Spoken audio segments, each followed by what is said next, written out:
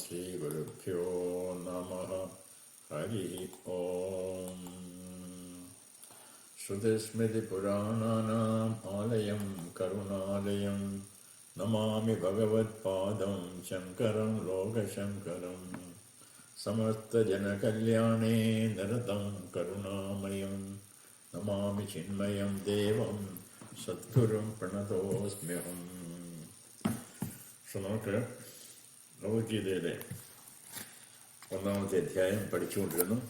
തുടർന്ന് നമുക്ക് കുറച്ച് ശ്ലോകങ്ങളിലൂടെ നമുക്ക് നോക്കാം.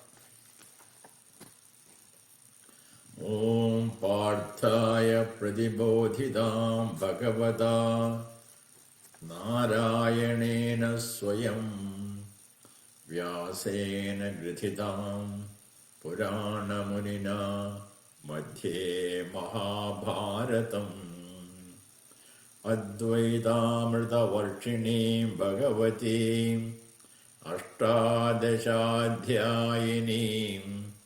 അംബ ത്വാമനുസന്തധാമി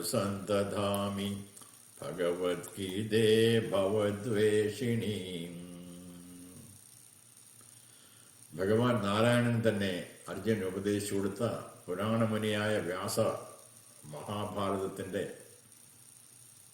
നടുവിൽ ചേർത്ത് വെച്ച് അദ്വൈതാമൃതം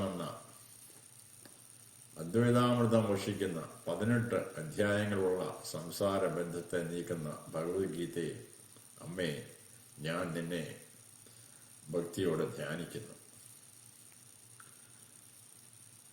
ധർമ്മക്ഷേത്രേ കുരുക്ഷേത്രേ സമവേദായുയുത്സവഃ മാമകാഃ പാണ്ഡവാശ്ചൈവ കിമകുർവത സഞ്ജയ. ധൃതരാഷ്ട്ര മഹാരാജാവ് ചോദിക്കുന്നു, ഹേ സഞ്ജയ, ധർമ്മക്ഷേത്രമായ ആ കുരുക്ഷേത്രത്തിൽ യുദ്ധം ചെയ്യാൻ ഒരുങ്ങിക്കൂടിയിരിക്കുന്ന എൻ്റെ പുത്രന്മാരും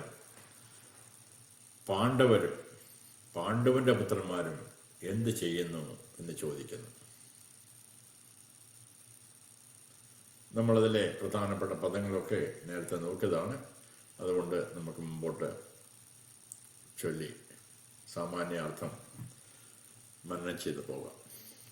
ദൃഷ്ട്വാതു പാണ്ഡവാനീകം വ്യൂഢം ദുര്യോധനസ്തദാ ആചാര്യമുപസംഗമ്യ രാജാ വചനമബ്രവീത്. സഞ്ജയൻ പറഞ്ഞു, രാജാവായ ദുര്യോധനൻ പാണ്ഡവരുടെ സൈന്യം യുദ്ധത്തിനായി നിരത്തിയിരിക്കുന്നത് കണ്ടിട്ട് തൻ്റെ ആചാര്യനായ ദ്രോണാചാര്യരോട് അടുത്ത് എന്ന് ഈ വാക്കുകളെ പറയുന്നു. എന്താണ് പറയുന്നതെന്ന് നമുക്ക് ശ്രദ്ധിക്കാം. പശ്യൈതാം പാണ്ഡുപുത്രാണാം ആചാര്യമഹതീം ചമൂം വ്യൂഢാം ദ്രുപദപുത്രേണ തവ ശിഷ്യേണ ധീമത. ഹേ ആചാര്യ, പാണ്ഡവരുടെ ഈ വലിയ സൈന്യത്തെ നോക്കുക. അത് അങ്ങയുടെ ബുദ്ധിമാനായ ശിഷ്യൻ ദ്രുപദപുത്രൻ അഥവാ ദൃഷ്ടദ്യുമ്നൻ യുദ്ധത്തിനായി നിരത്തിയിരിക്കുന്നത് കണ്ടില്ലേ? അത്ര ശൂരാ മഹേശ്വാസ ഭീമാർജുന സമായുധി യുധാനോ വിരാടച്ഛ ശൈബ്യച്ഛ ദ്രുപദച്ഛ മഹാരഥഃ. അത്ര ശൂരാ മഹേശ്വാസ ഭീമാർജുന സമായുധി യുധാനോ വിരാടച്ഛ ദ്രുപദച്ഛ മഹാരഥഃ. അവിടെ യുദ്ധത്തിന് ഭീമനോടും അർജുനനോടും തുല്യരായ അനേകം വീരന്മാരും മഹാവില്ലാളികളുമുണ്ട്. അവരുടെ പേര് ഓരോരുത്തരായിട്ട് പേര് പറഞ്ഞ് പരിചയപ്പെടുത്തുന്നു. യുധാനൻ, വിരാടൻ, വിരാട രാജാവ്, മഹാരഥനായ ദ്രുപദ രാജാവ് എന്നിവരുണ്ട്. കൂടാതെ ദൃഷ്ടകേതുശ്ചേകിതാനഃ കാശിരാജച്ഛ വീര്യവാൻ പുരുജിത് കുന്തിഭോജച്ഛ ശൈബ്യച്ഛ നരപുങ്കവഃ.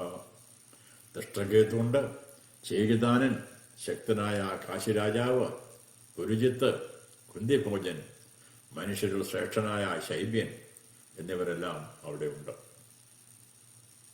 പിന്നെയോ യുധാമന്യുച്ച വിക്രാന്തഃ ഉത്തമൗജാച്ച വീര്യവാൻ സൗഭദ്രദ്രൗപദേയാച്ച സർവ ഏവ മഹാരഥാഃ.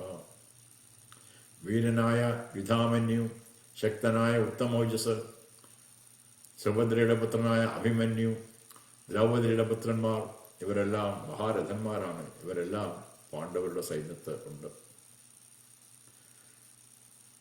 യുധാമന്യുച്ച വിക്രാന്ത ഉത്തമൗജാച്ച വീര്യവാൻ സൗഭദ്രോ ദ്രൗപദേയാച്ച സർവ ഏവ മഹാരഥാഃ. So we have seen that. അസ്മാകം തു വിശിഷ്ടായേ താൻ നിബോധ ദ്വിജോത്തമ നായകാ മമ സൈന്യസ്യ സംജാതം താൻ ബ്രവീമിതേ. എന്നാൽ നമ്മുടെ സൈന്യത്തോ അസ്മാകം തു വിശിഷ്ടായേ താൻ നിബോധ ദ്വിജോത്തമ നായകാഹ മമ സൈന്യസ്യ സംജ്ഞാർത്ഥം താൻ ബ്രവീമിതേ. ഞാൻ പറഞ്ഞു തരാം ആരൊക്കെ നമ്മുടെ സൈന്യം നമ്മുടെ ഭാഗത്ത് ഉണ്ട്.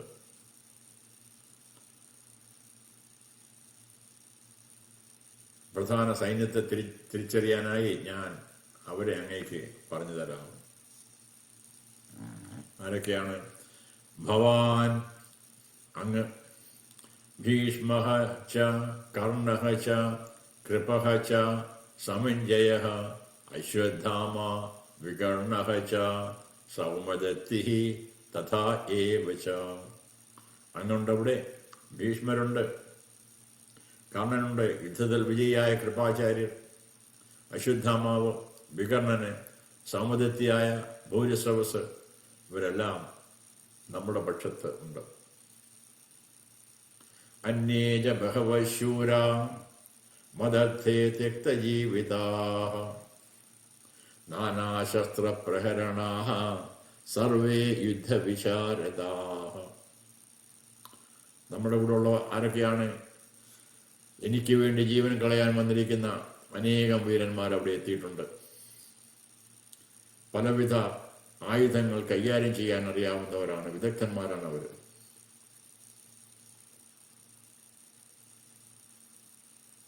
എന്നാലും അപര്യാപ്തം തദസ്മാകം ബലം ഭീഷ്മാഭിരക്ഷിതം. ഭീഷ്മ പിതാമഹനാൽ രക്ഷിക്കപ്പെട്ടത് ഈ മഹസൈന്യം അപര്യാപ്തമാണ് എന്ന് തോന്നുന്നു. പര്യാപ്തം തു ഇതം തേഷാം ബലം ഭീമാഭിരക്ഷിതം. എന്നാൽ ഭീമനാൽ രക്ഷിക്കപ്പെട്ട ആ പാണ്ഡവ സൈന്യം പര്യാപ്തമാണെന്ന് എനിക്ക് തോന്നുന്നു.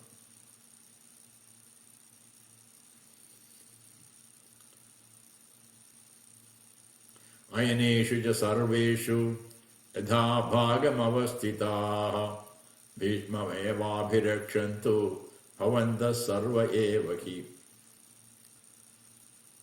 അയനേഷു ച സർവേഷു യഥാഭാഗമവസ്ഥിതാഃ ഭീഷ്മം ഏവ അഭിരക്ഷന്തു ഭവന്തഃ സർവ ഏവ ഹി. നിങ്ങളെല്ലാവരും ഓരോ യുദ്ധസ്ഥാനങ്ങളിൽ നിന്നുകൊണ്ട് ഭീഷ്മ പിതാമഹനെ രക്ഷിക്കുക എന്ന് അർജുനൻ നിർദ്ദേശിക്കുന്നു. നമ്മളതേപ്പറ്റിയും ചർച്ച ചെയ്തതാണ്. ഇങ്ങനെയൊരു ബോധം അർജുനൻ ഉണ്ടാകാൻ കാര്യം എന്താണ്? ഭീഷ്മരെ രക്ഷിക്കുക എന്നുള്ളത്. മഹാരഥനാണ് അദ്ദേഹം.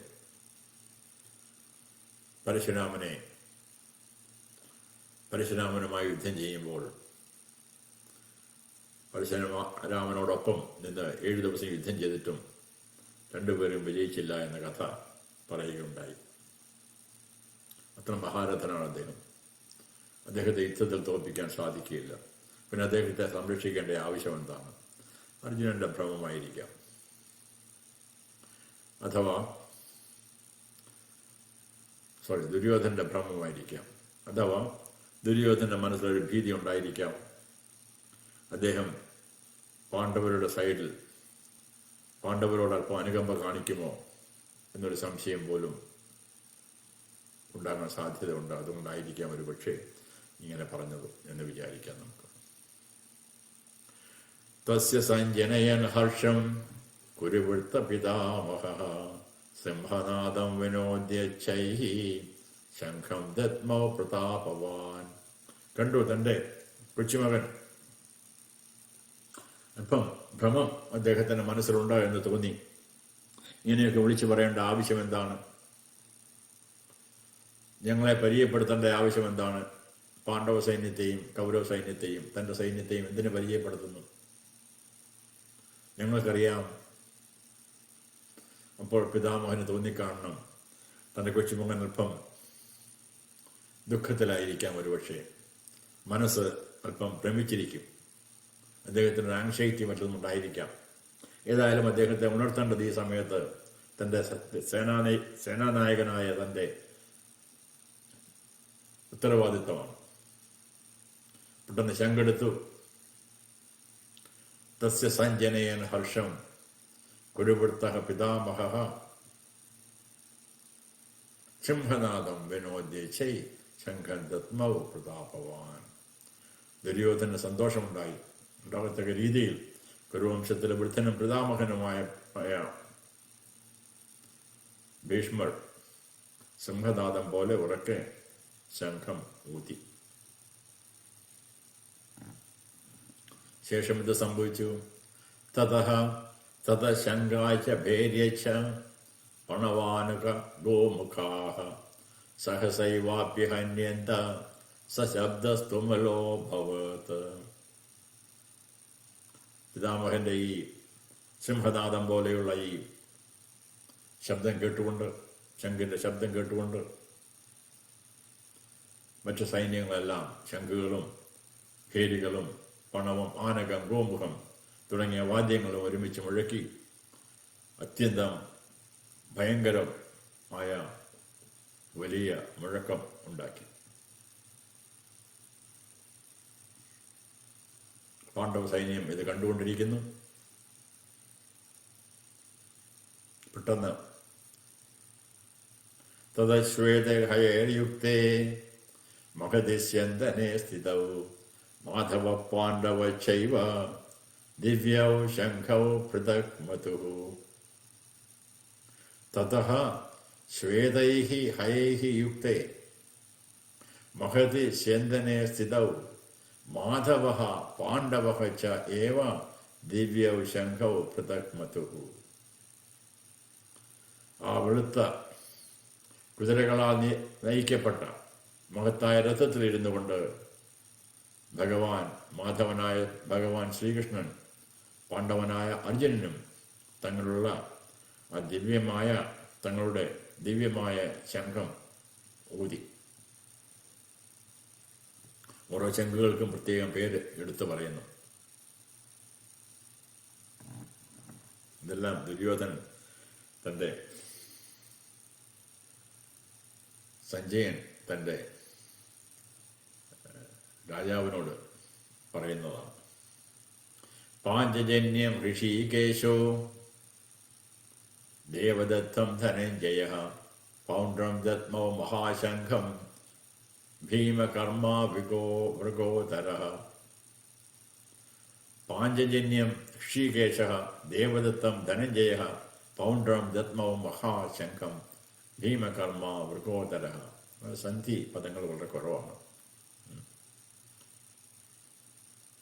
മഹാശംഖം, മഹത്തായ ശംഖം സന്ധിയാണ്. ഭീമകർമ്മ, ഭീമന്റെ കർമ്മം. ഇങ്ങനെയൊക്കെ വളരെ സരളമായ സന്ധികൾ മാത്രം. ഋഷികേശനായ ശ്രീകൃഷ്ണൻ പാഞ്ചജന്യം എന്ന ശംഖം ഊതി. ധനഞ്ജനായ അർജുനൻ ദേവദത്തം എന്ന ശംഖ് ഊതി. ഭയങ്കരനായ വീരകൃത്യങ്ങൾ ചെയ്യുന്ന മൃഗോദരനായ ഭീമൻ പൗണ്ഡ്രമെന്ന മഹാശംഖ് ഊതി.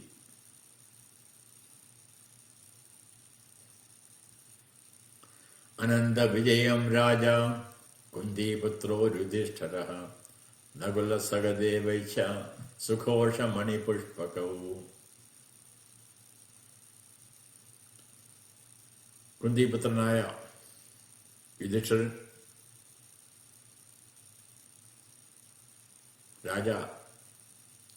രാജാവെന്നുള്ള വിശേഷണത്തോടു കൂടിയാണ് പറയുന്നത്. അനന്ത വിജയം രാജ, ഇതുപോലെ ദുര്യോധനെ രാജ എന്ന് സംബോധന ചെയ്തതുപോലെ സഞ്ജയൻ യുധിഷ്ഠിരെയും രാജ എന്നുള്ള സംബോധനയാണ് ചെയ്യുന്നത്.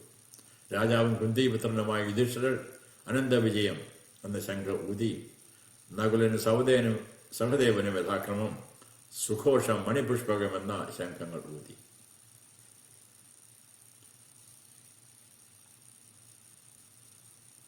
കാശിച്ച പരമേശ്വാസഃ ശിഖണ്ഡീ ച മഹാരഥഃ ദൃഷ്ടദ്യുമ്നോ വിരാടശ്ച സാത്വികീ ച പരാജിതഃ.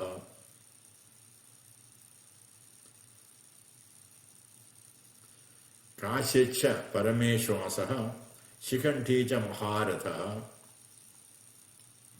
ദൃഷ്ടദ്യുമ്നഃ വിരാടഃ ച സാത്വികീ ച അപരാജിതഃ. വില്ലാളിയായ കാശിരാജാവ്, മഹാരഥനായ ശിഖണ്ഡി, ദുഷ്ടദ്യുമ്നനും വിരാടനും അജയ്യനായ സാത്വികയും തങ്ങളുടെ ശംഖങ്ങൾ ഊതി. ദ്രുപദോ ദ്രൗപദേയാച്ച സർവശ പൃഥിവീപതേ സൗഭദ്രച്ച മഹാബാഹുഃ ശംഖാൻ ദത്മൗ പൃഥക് പൃഥക്. ദ്രുപദഃ ദ്രൗപദേയാഃ ച സർവശഃ പൃഥിവീപതേ സൗഭദ്രഃ ച മഹാബാഹുഃ ശംഖാൻ ദത്മൗ പൃഥക് പൃഥക്. ഹേ പൃഥിവീപതേ,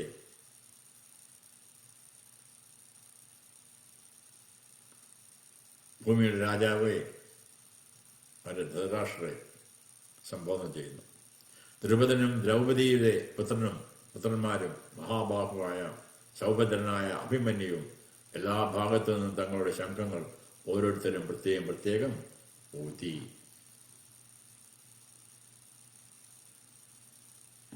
സഘോഷാധാർത്തരാഷ്ട്രാണാം ഹൃദയാനി വ്യധാരയത് നഭച്ച പൃഥിവീം ചൈവ തുമലോ വെനുനാദയൻ. സഹ ഘോഷഃ ധൃതരാഷ്ട്രാണാം ഹൃദയാനി വ്യധാരയത് നഭഃ ച പൃഥിവീം ച ഏവ തുമലഃ വെനുനാദയൻ എന്ന് നമ്മൾ പദം പിരിക്കാം. നമുക്ക് ആ ഭയങ്കരമായ ശംഖനാഥം ആകാശത്തിലും ഭൂമിയിലും മുഴങ്ങിക്കൊണ്ട് ധൃതരാഷ്ട്രപുത്രന്മാരുടെ ഹൃദയങ്ങളെ നടുക്കി.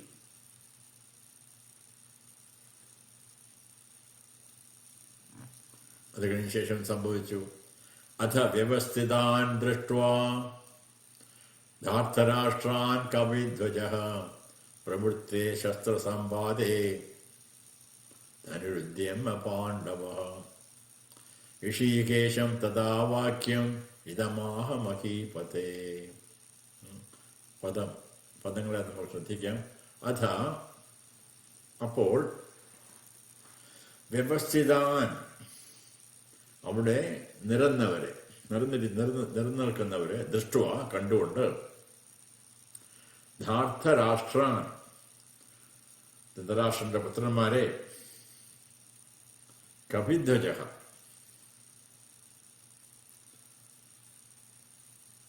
കപിയുടെ ചിഹ്നമുള്ള